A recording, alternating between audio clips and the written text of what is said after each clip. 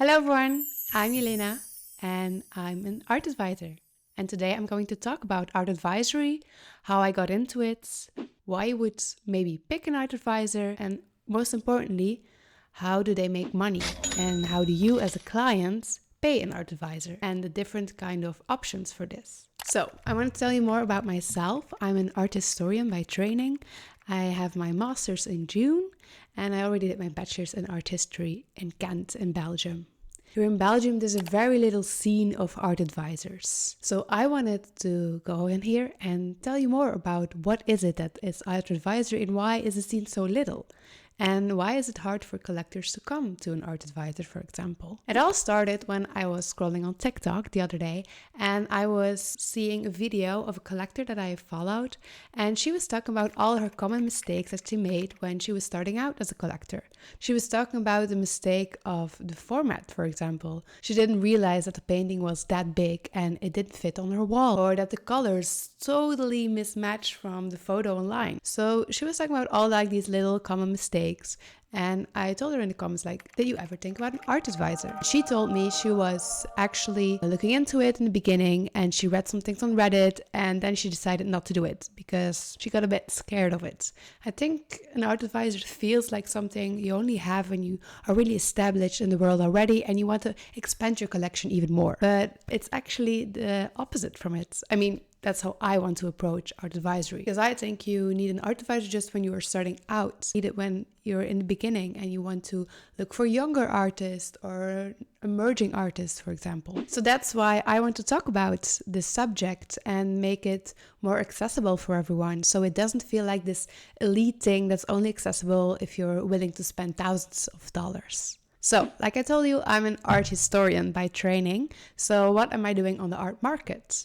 My interest personally is on the art market side, economic side, and the sales of it.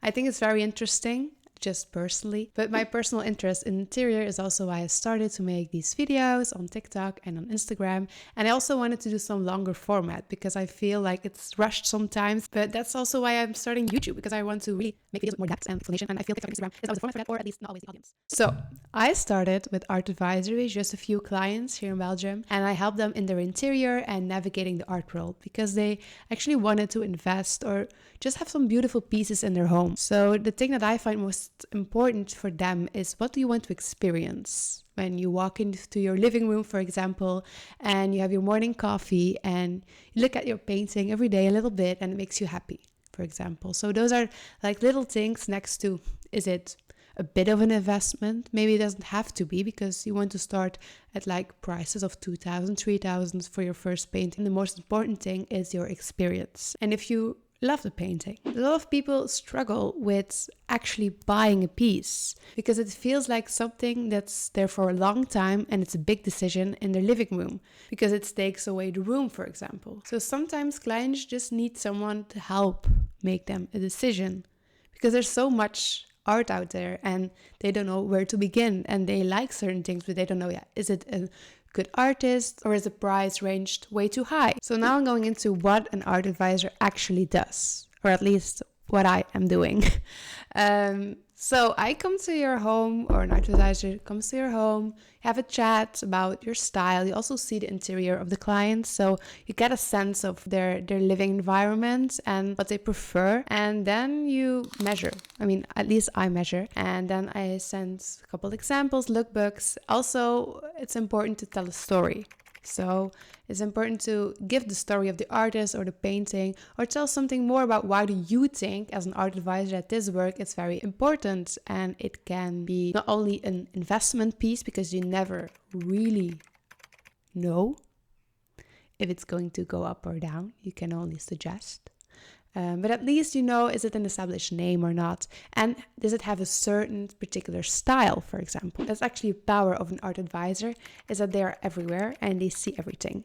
So you travel, you see the art fairs, you see new exhibitions, you are up to date with all the art market news, for example. So you actually are really investigated in the market, and your clients don't really have to be. You can invite them to certain openings or expos if you're interested and you know that they like the art world, they really want to see it in real person as well, but they don't have the time to be as invested and on top of new things or certain styles or new artists as you are, because that's actually your job, being really informed and giving them advice and your informed opinion.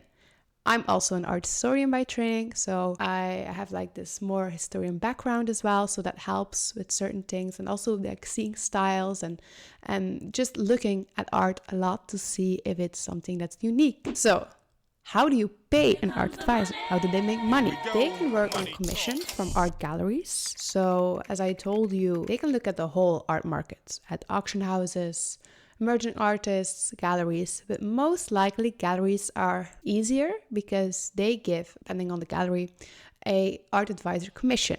So for example, your client buys a work of 5,000 euros, then you as an art advisor get 500 euros from the gallery. So your clients pay the price of the artwork, $5,000 or 5,000 euros. I don't know what I said, but they pay just the price from the artwork, and it actually goes from price of the gallery. So that's different when you work with artists or you work with an auction house for a certain piece. So that's something, if you're like starting out or I want to buy a piece, I'm not really sure, I want to invest like $10,000 or I can do that. And you can still hire an art advisor, but you have to be transparent in it. And then they can just mostly focus, for example, on works from galleries. And then they know, you know what, we're just starting out, so you just pay the price and we get 10%, for example. But you can also work with a project fee. Imagine you have a client and they want 10 pieces in their home. Then you can say, okay, because you don't want to have 10 pieces right away, because sometimes it takes time, of course, for artists to make artworks, and